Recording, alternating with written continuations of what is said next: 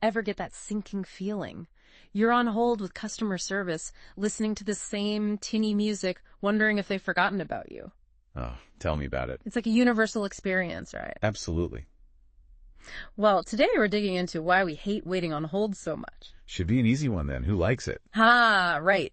We're diving into a research paper, actually. Okay. From 2009. By some folks at, get this, the George Washington University. The what now? Yeah, real brainy types. They wanted to figure out what makes us hang up that phone. Interesting. Using real call center data. Yep, the real deal. Ah. And they actually used this engineering idea. Engineering, you say? Yeah, abandonment rate. Basically, how many people give up, how many people just can't take it anymore and disconnect. So, like, measuring impatience, but with, like, numbers. Yeah, exactly. Quantifying it, like you said. Clever, those engineers. And they use some serious stats to do it. Stuff like survival analysis. Okay. And hazard functions. Sounds complicated. A little over my head, honestly. Yeah. But they were trying to get really specific about how people act, not just general stuff. I see.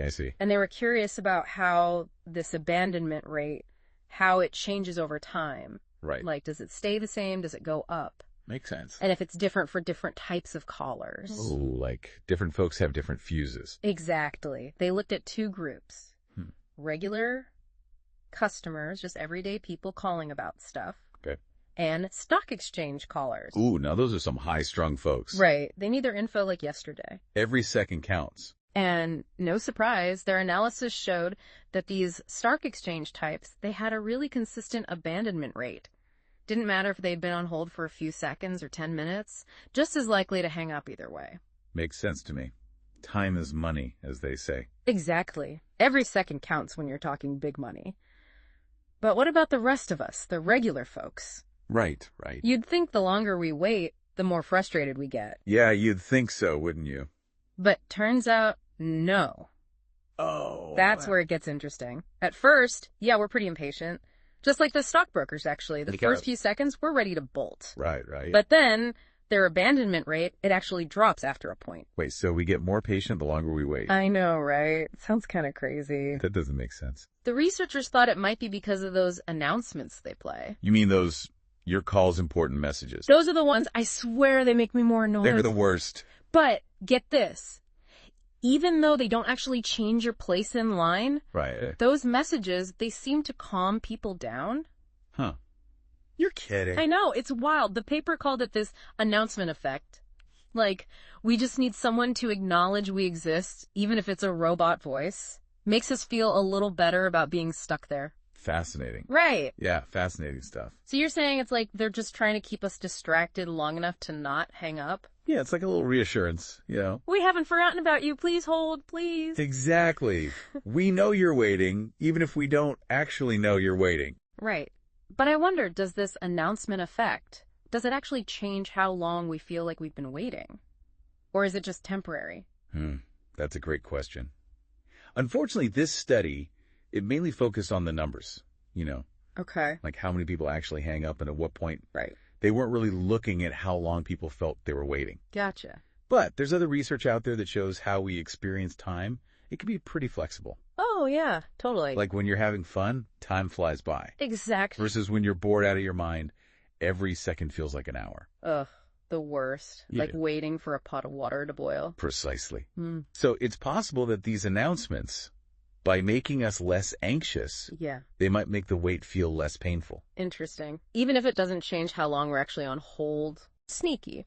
But you mentioned this announcement effect is mostly for us regular folks, right? Right. Seems like our stockbroker friends, they're a bit more focused. Laser focused. Laser focused. Yeah. Like those announcements, they just go in one ear and out the other. Makes sense. I guess when you're dealing with those kinds of stakes, you learn to tune out the noise. Precisely. And it shows how important context is. Okay. What might seem crazy in one situation. Yeah. Like who hangs up after waiting only 1 minute. Right. But in another context, it makes perfect sense. Totally. So we've got these two different types of callers, each with their own little quirks. Right.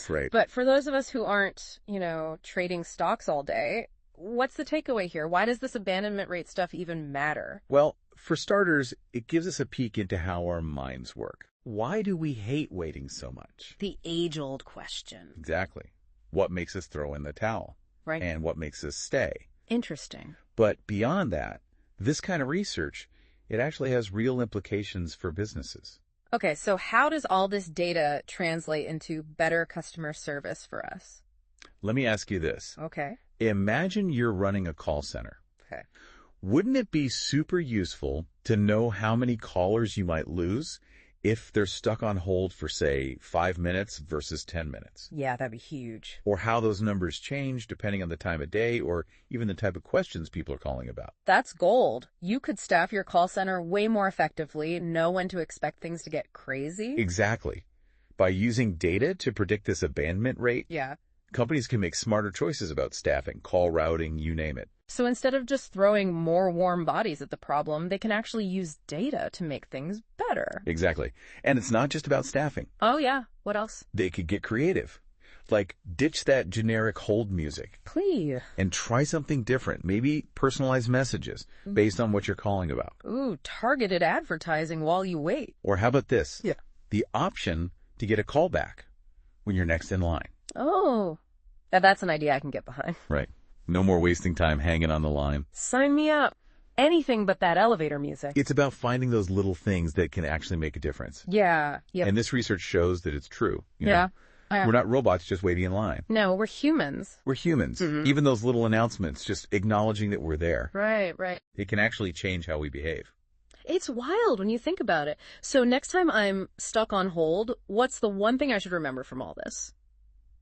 Let me see. Besides the mental image of stockbrokers frantically hitting redial. I think the big takeaway is this. Okay. Your time is valuable. Amen to that. And companies are starting to realize it. About time. They're putting in the effort to understand why waiting is so awful. Right. And using data to make it less painful. Okay, that's good. But it's a two-way street. Oh, for sure. You have a voice, don't be afraid to use it. Speak up.